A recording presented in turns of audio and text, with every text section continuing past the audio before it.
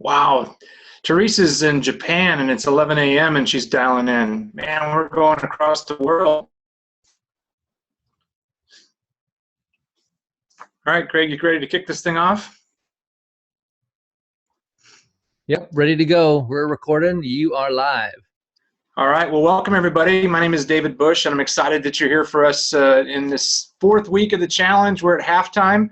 I'm going to be acting as Bruno Mars on tonight's show. I've got Beyonce here with the funny-looking hat on and a couple other characters that are going to end up playing the role of Coldplay in our halftime Super Bowl reenactment. Just joking. We think we have a better game. We got a healthier game, and it's a lot more fun, and we will hopefully not put you to sleep tonight. As you guys have maybe seen before, Dave and Craig are just two of the challenge coaches that are helping out with the Huddle Ups and just trying to bring some relevant information in terms of the games, as well as be able to help you to understand how to adopt the habits of health into your life. Craig, talk to us a little bit more about halftime and what that means in terms of the Health Games Challenge and where people should be focusing in on their efforts. Yeah, so with the halftime point is, we had 6 weeks. So when you join in at the beginning, you need to figure out what your 6% weight loss would be. And if you're not halfway to that, you might want to consider what your strategy is, what your plan has been, and if you've connected with your challenge coach, because they may have some solutions that could help you. So you want to think about, if you're not halfway, then you're going to have to do a little bit of catch up. And so we want to make sure that as many people as possible win by meeting at least their 6% weight loss goal and get the minimum points. I want to also just give a shout out for this amazing technology that has grown leaps and bounds. Every time we do a challenge, there's new functionality, there's new creativity. And so we've got Aaron here tonight, the founder of Meltdown Challenge, and he's going to be answering technical questions and things like that. So I just wanted to give a big shout out to Aaron and his whole team for basically the pool they created for us to swim in. Yeah, and thanks so much, Aaron, for loosening up a little bit on the guidelines with the logs. We ended up making things a lot more optional in terms of the specifics in regards to when you ate something or what portion size you had. We know some of you really love that tracking stuff, and there's some of you that absolutely hate it. So we're trying to find a happy medium. We know that if you jot down the things that you ate and the things that you drank, you're going to have more predictable transformation than if you don't. And so that's why we've got those logs in there. But now you can fly through them. You can just type a couple of words just to make sure that you're keeping track of your progress.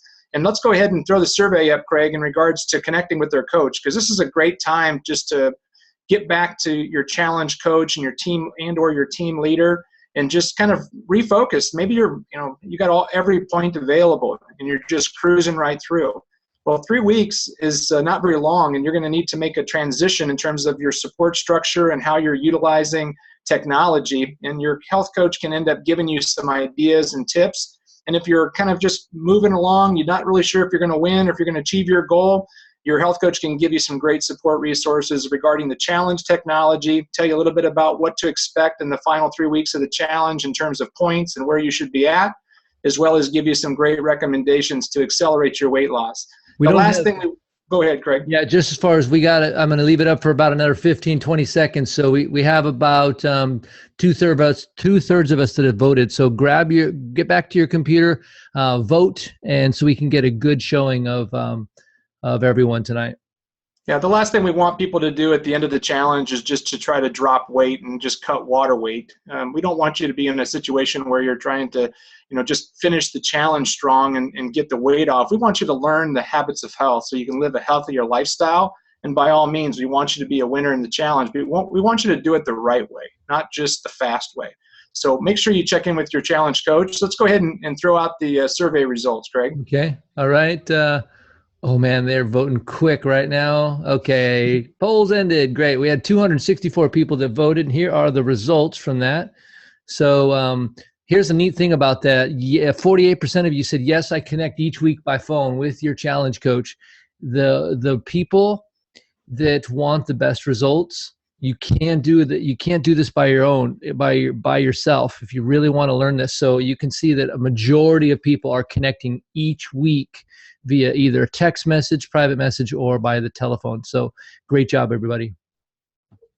Yeah, and as Dr. Larry Cheskin, the founder of the Johns Hopkins Weight Control Center, says that when working with a health coach, the more frequent the communication, the better the compliance to the program. And so you can get a lot better results from your meal plans and your nutrition goals and your weight goals if you do have that communication. This is our program, Take Shape for Life, and the Optimal Health program that comes with the nutrition plans, the lifestyle program, and the personal coaching. It may or may not be a fit for you. Our goal in communicating with you is not to try to sell you a program or sell you products, but to show you what we have available. It may not be for you, but it may be for a friend or a family member. And our goal is just to simply share with you and educate you on what we do. And so make sure you talk to the challenge coach and just see if any of these tools and resources can accelerate you or maybe a friend or a loved one. Let's talk a little bit more about contests. Craig, talk a little bit more about the power of the contests. Yeah, the neat thing about the contest is, first of all, these are fun ways that kind of spice it up. Because if you've been in the challenges before, you've got your traditional learning points, right? Lots of ways to earn points through learning. These side contests allow us to kind of add some fun. The main point to, if becoming healthy is not fun, few people will do it, right? So we want to add a way to not only make the challenge more fun, but give away some additional side contests. So we have the take a bite out of fruit. Now, if you're on the 5-in-1 and you're eating fruit, you know that that's probably not going to be a good thing because of what that does with your blood sugar. And so, you can take a picture even if you're on the 5-in-1 without actually eating it. But if you're not on the 5-in-1, obviously there's many fruits that are good for you. And so take a photo. That's one of the contests we're doing right now. The other one we're doing is the Fitbit challenge. And so we're giving, Meltdown Challenge is going to be giving away a bunch of these. 14 Fitbits will be given away just this week. So it's for anybody that has over 1,000 points by the end of this week. So Sunday by 11:59, hopefully you've checked in and you've earned all your points. And the way that you figure out where you're at, if you don't know how many points you have, is just log into the challenge and then click the, I don't know what kind of fuchsia colored button. It says earn your points, and it'll take you to a page that'll have this information in the top right-hand side. Your points in terms of how many points you need to qualify will be listed there in terms of whether or not you'll be a winner in the challenge, and it'll also list your goal in terms of where you are in participation with your goal if you've weighed in and if you're updating your weigh-ins on the main challenge wall. So make sure you get all your points. It's not all about the points, but remember, every point is a reinforcement of a healthy habit. That's the way that we designed the Health Games Challenge. So make sure that you get those points before 11:59 Pacific time. Second survey we have here is about sleep, because we're going to be talking about sleep and talking to a few of our health coaches and health professionals about how to get more sleep. So let's go ahead and talk about how many hours of sleep you're getting every night on average. Yeah, so we got the next poll number 2 up. So go ahead and vote with your your mouse there. And looks like quite a few people are getting some pretty good healthy sleep. That is our topic for tonight. We're going to leave this up for about another 15, 20 seconds. So make sure you go ahead and vote quickly. And but that is our topic tonight, is healthy sleep. And a lot of times we think that we're getting away with something, by not actually getting in quality sleep each night. And you actually end up sabotaging the quality of your life by not getting in the quantity of sleep that's necessary. But we'll talk about that a little bit more. We got 6 seconds left. Come on, everybody, get a vote in. Come on now, cast a vote. All right. So, and 2 more, we're done. Okay, here's the results for poll number 2. It looks like 7 to 8 hours won it by 44% margin. 6 to 7 hours was 33%. So great job, everybody. Nice.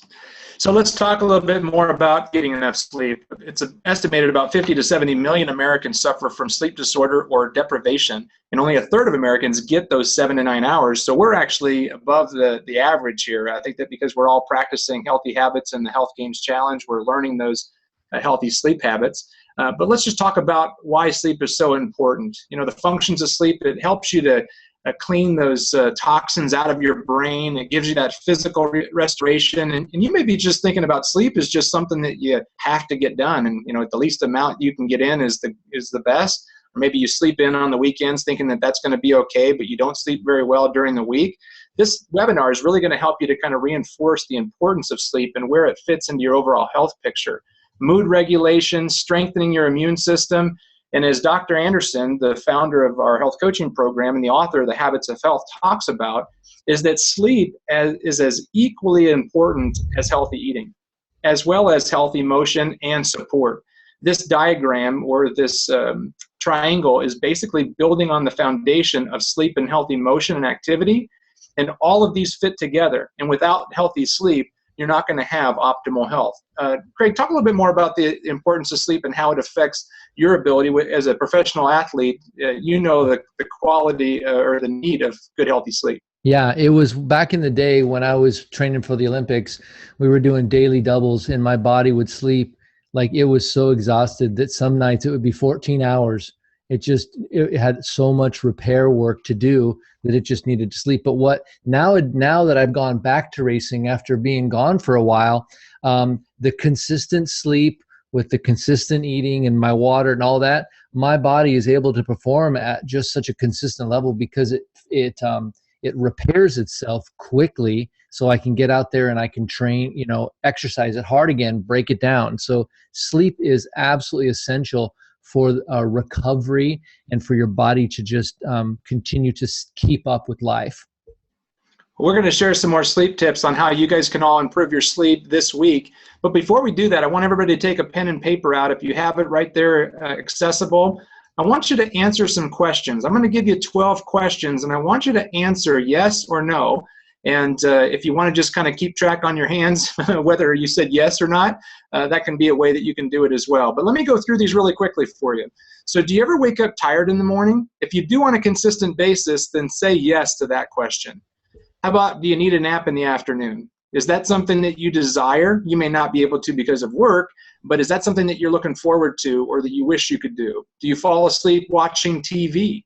Do you have frequently small accidents? Drop some things, bump some things, maybe run into some things? How about trouble focusing in while you're at work or when you're with your kids? Is it hard for you to, you find yourself sleepy after the lunchtime? What about feeling irritable or depressed? Do you have a consistent irritability or depression that goes on most of your day? Do you feel like you're not getting anything done? A little bit frustrated with that? How about number 9? Do you drink alcohol to get to sleep? How about number 10? Drink several cups of coffee or energy drinks just to pick yourself up? Are you feeling that 2 o'clock feeling and you're searching for that little red shot of energy? How about difficult falling asleep? And the last one, do you have difficulty staying asleep? So I want you to go look through these questions, answer yes or no to each one of them, and then I want you to total up how many yeses you had, and I want you to throw it in the chat message and just put in that you had 3 or 5 or 6 or 2 or 0, and let's just see how many people are actually saying yes to a majority of these questions. I'm kind of curious. We're not going to do a survey on this one, but throw your messages in the chat window, and if you are on a screen on an iPhone or a Android, you might want to pull up the chat message. And Craig, can you tell them how to do that? Yeah, you click on the screen, there's a section you can click on more, and then that will bring you into the chat all or chatting individuals. Great. Thanks, everybody, for participating. Great. Those are good. That's great feedback. So I don't know if you've ever heard of the song from Beyonce about all the sleepless ladies. Have you heard of that, Craig? What? All the sleepless ladies? All the sleepless ladies. Well, no, that's not the name of the song. It's all single ladies. But the sleepless ladies is because women are not getting that much sleep. 5 hours of sleep or less, you're 45% more likely to have heart problems, ladies. And a study that was done recently just said that if you have 6 hours of sleep or less, you have a 20% higher risk of obesity.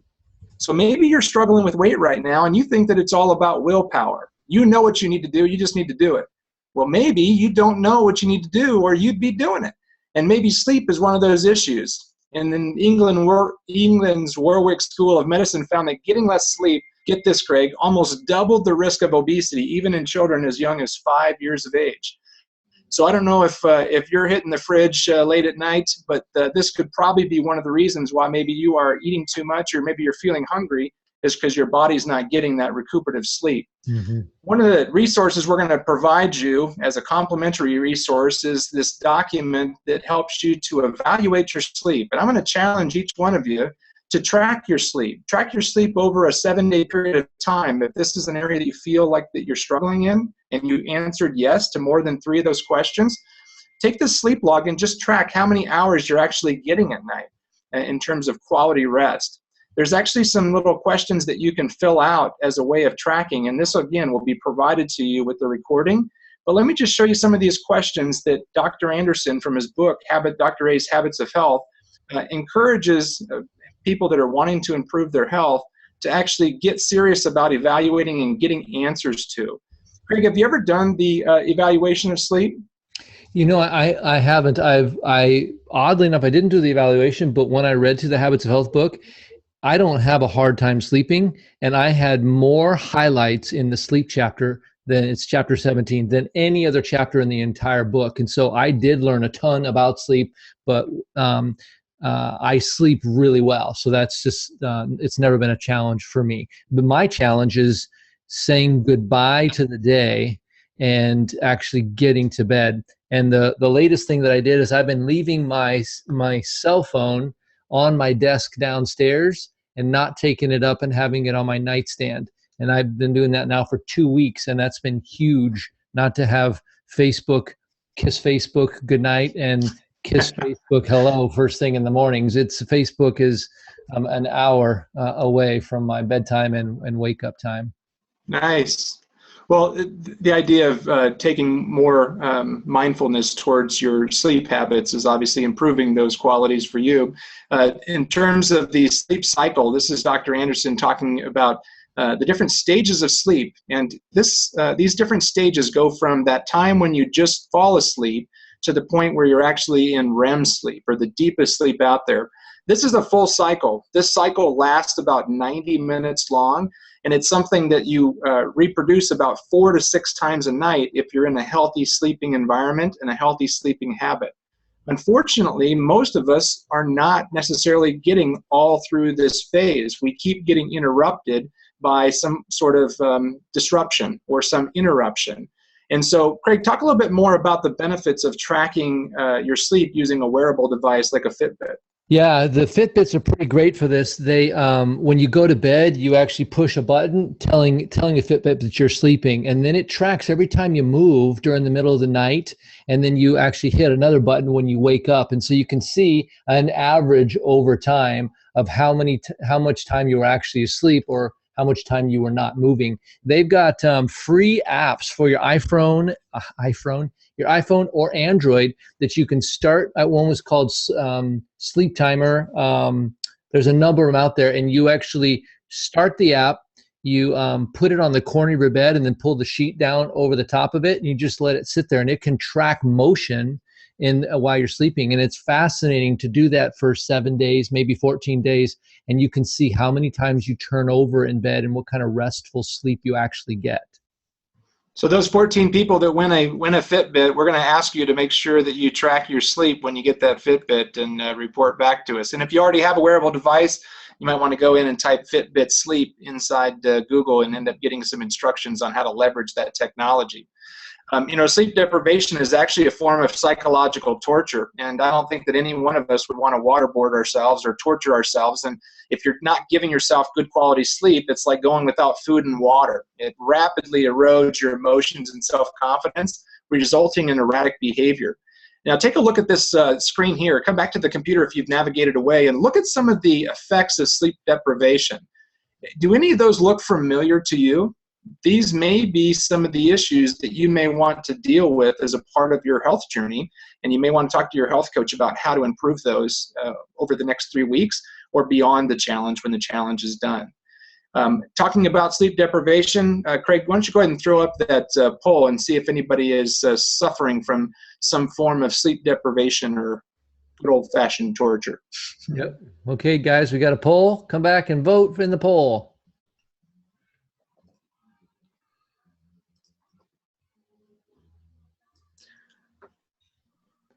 All right, we have 370 people. We hit a new record tonight, folks. Nicely Ding, ding, done. ding, ding. Nice. Yeah. All right, we got 5 seconds left. Vote, vote, Everybody vote. cast your vote quick. We got some good tips that we're going to share with you as we wrap up tonight. Okay, 3, 2, 1. All right, polls closing. Here's the results from that. Looks like 58% said yes, I have some of the effects, and 42% no, I sleep like a baby. That's great. Well, thanks everybody for voting. In terms of causes of sleep deprivation, number one reason is excess weight. With almost 70% of Americans overweight or obese, oftentimes we don't think that that's an issue, but that leads to pain and discomfort, or we may have other types of pains and discomforts, which is leading us to that deprivation of sleep, or maybe it's allergies during certain times of year. And these are all things that you can begin to start looking for solutions and remedies, and your health coach can put you into contact with experts that can end up giving you some recommendations, or you may see some things in Dr. A's book that can help you to start identifying some of those areas of concern.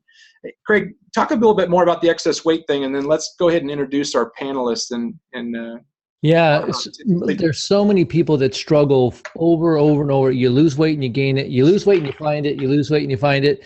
And really, when you're dealing with health and health-related issues, diabetes, sleep apnea, blood pressure, cholesterol, the number one thing you can do is actually get to a healthy weight. That's the number one thing. And it has a dramatic effect on so many of these chronic, the number 1, 2, 3, and 4 illnesses and diseases that are ravaging America. And so really getting to that healthy weight, if you're having a hard time doing that by yourself, reach out to the challenge coach. Who knows? What if they had a strategy and a different way of doing things that actually changed that? What if? So getting to a healthy weight is critical, and one of those things that can help you get there is restorative sleep. Yeah, all the challenge tips, all the resources are great, but knowledge is not power. Applied knowledge is power, and your health coach can put that into a structure to help you to get some accountability and set some short-term goals.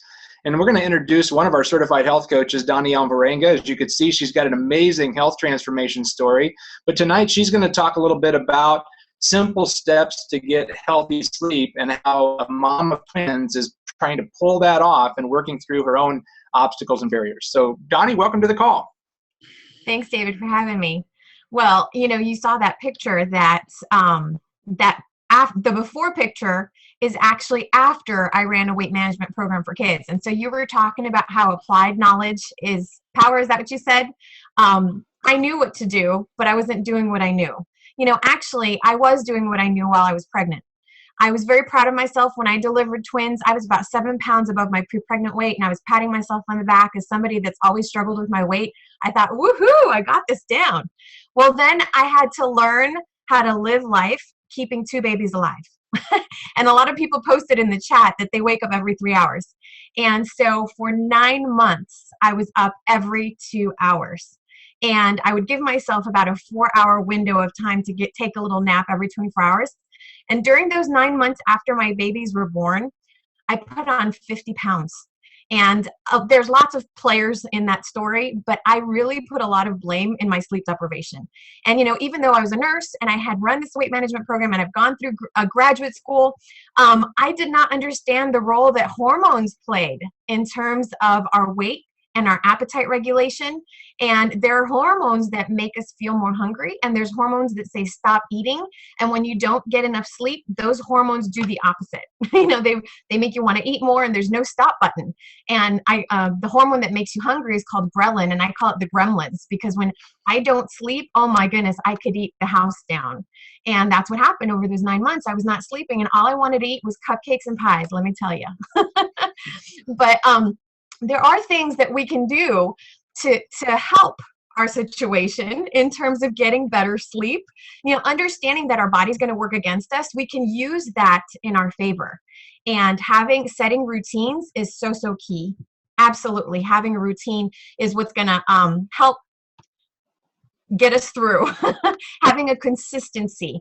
So setting a bedtime and waking up at the same time every day is very important, even on the weekends. If you want to take us to the next slide, David, I think I have some more. There we go. Okay. So getting a good night's rest is actually starts in the morning, getting out of bed, not staying in bed and diddle dawdling. Dr. A talks about how the bed is intended for 2 S's, and you guys can fill in those S's. Just use the bed for that. Everything else you need to get out. Limiting caffeine. The half-life of caffeine is actually 6 hours. And the half-life means how long it takes to get half of that drug out of your body. So if you stop drinking caffeine at noon, the caffeine's actually going to be out of your system noon the next day. So limiting caffeine after noon is really key to getting a good night's rest. And this is all daytime activity, so you're setting up for a good night even during the day. Controlling the things that you're eating so that you're eating low glycemic meals throughout the day will help you sleep better at night. Making sure that you're not eating a heavy meal or not eating at all within 3 hours of going to bed. And taking naps oftentimes interrupts our sleep schedule. So we want to try to avoid those. Just go to bed earlier if you feel like you need to recharge.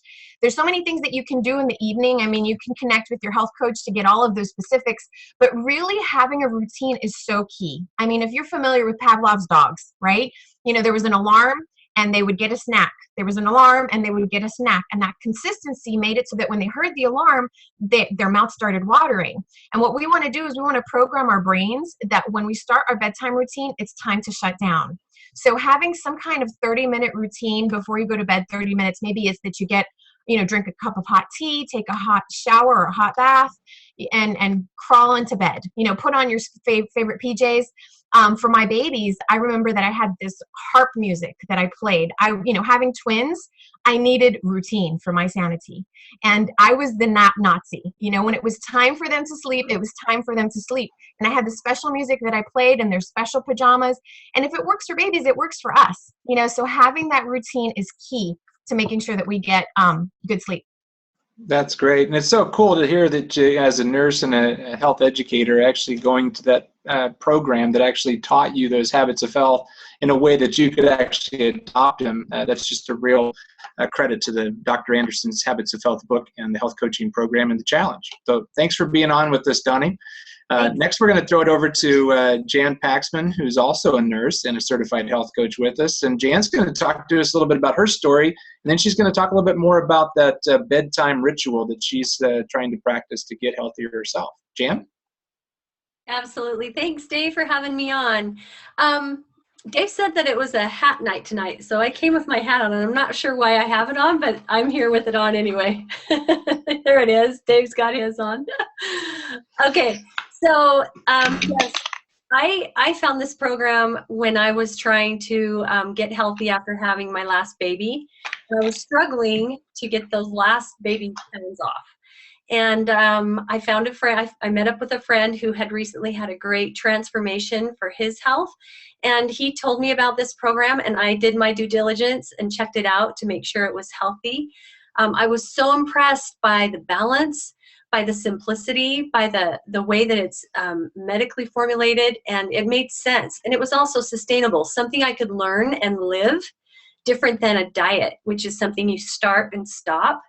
And I love that. And so I did the program. I was able to get rid of that baby weight, slimmed right down, had increased energy. Probably the biggest thing was blood sugar balancing. And because of that, and because my background in medicine, I just had to share it with people. I just knew there were so many people out there suffering and struggling, and they really needed answers. And so I threw myself into coaching, and I loved that part of it, just seeing their lives transform. And one of the biggest things that I got told as people would get going, getting this balance happening in their own lives, many of them would say, I can't believe I'm sleeping so well. I can't believe I'm sleeping so well. I haven't dreamt for so many years, and I had a dream last night. I actually slept through the night. That never happens for me. And so that was really exciting for me. I realized that all the pieces were in place so that our bodies could actually do what they're designed to do.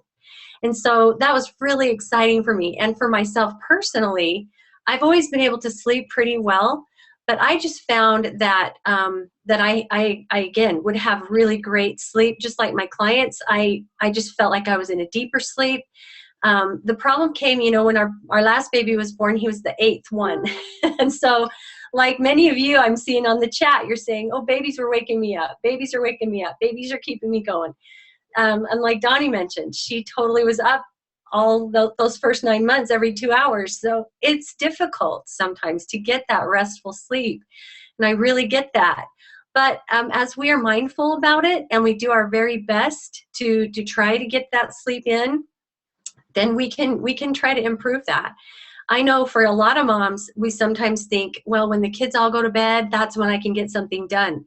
So we start about 10 o'clock at night and we work till 2, trying to get the house kept up or the laundry done or dishes done or whatever we do, or read a book, but maybe it's best if we think through it and reevaluate our time. I know for me, it's really important. I have a hard time shutting off sometimes at night.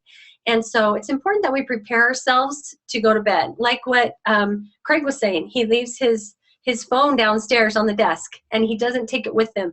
Shutting down the electronics, turning off the television, preparing yourself a little bit ahead of time is really important for that. And then Donnie mentioned maybe take a hot bath, do some relaxation, some breathing, read a good book. Most importantly, get the TV out of your bedroom. If your TV is in your bedroom, Dr. A really stresses it's best not to have that in your bedroom. Kind of work with the feng shui in your bedroom to keep it very calming, get the clutter out, kind of arrange it so it's very comfortable. And you might want to listen to music, drink some sleepy time tea. That's one of the things I really enjoy is we have a great tea that is based on having the herbs in the tea that kind of helps to relax you and settle you down for sleep. So I like to do that, and I'm working on it. I just have one quick little thing that I got to share where it talks about that sleep is great for your immune system. Well, I can vouch for that. This last week, we've had the flu in our home, and I was taking care of everybody and managing just fine, thinking, I'm going to beat this. I'm not going to come down with it. One night I ended up not getting very much sleep at all. And the next day, bam, it got me. So when you're able to get that sleep, you're going to be a lot stronger immune-wise as well. So anyway, Dave, thanks for having me on. I know it's something that we always want to work on and that I'm constantly working on, but this is always a great reminder, and these challenges really help. So thank you very much. Thanks so much for sharing your story, Jan, and thanks, Donnie, for coming in and giving us these great sleep tips. Because again, it's about applying that knowledge. And so, taking the Stop Challenge and Choose principle from Dr. Anderson's book, it's kind of a coaching philosophy that we use, and it's about stopping and just beginning to reflect on where you're at and then looking forward towards the future. And scheduling a health coaching session with your challenge team leader or challenge coach will help you to just begin to take some of that perspective of an outside third party who has experience and training and putting things into perspective for you and helping you to set some specific goals. And maybe the one thing that you want to challenge yourself with is just tracking your sleep habits, using your wearable device, this Fitbit, or if you want to use the sleep log, you can do that, and we'll provide that in a copy of the recording description. And then to try one of the strategies, don't try to knock yourself out literally and figuratively, trying to do it all. Just choose one of the strategies, like Craig did with moving his phone out of his bedroom. That could be the one thing that you do. Or maybe it's the idea of preparing your bed. Or maybe it's that cuddle strategy. I think I'll try that tonight. That sounds like a pretty good one. Although that may lead to the second S that Donnie was talking about. Bring more of that, right? Hello, talk to me. Talk to me. Here's one thing that I noticed. You have a little light sensor that's called the pituitary gland. It's right between your eyes. And it's really sensitive to light. And so if you can have a dimmer, like specifically, one of the things I never heard anybody think about this, but when I go brush my teeth at night, the lights in the bathroom are bright. And usually you brush your teeth before you go to bed. So either brush them earlier. That's another strategy to not snack in the evening, is brush your teeth after dinner. You don't want to have to brush them again. But maybe you have a little nightlight in your bathroom. So when you go in the evening, when you brush your teeth, it's pretty dim. Keep the lights low at least 30 minutes before you go to bed. And that literally lets your body start to kind of calm down. And you don't want to blast it with that bathroom light right before you jump into bed. Great. Well, as we wrap up tonight, next week, we're going to have a special guest. Dr. Anderson, the author of The Habits of Health, is going to be live with us, taking your questions and giving you some great answers on the topic of healthy support systems made simple. He'll talk about some strategies that you can use beyond the challenge really stay in that micro environment of health and keep you moving forward beyond the 6-week challenge. So make sure that you put that, save the date, and write that down in your calendar. And we look forward to seeing you here next week. If you know of other people that need help and need to be awakened, make sure that you introduce them to your health coach. Let them know about the fun you're having in the health games. And if you're watching a recording of this, please forward a copy of this recording to that individual and let them know about the help you're receiving inside the Health Games Challenge and through your health coach. And if you'd like to pay it forward, talk to your health coach about how to become a health coach. We'd love to have you on the team and help us get America healthy. Thanks, Greg. Thanks, Jan, Donnie, and Aaron. We appreciate all your guys' support. We'll talk to you next week.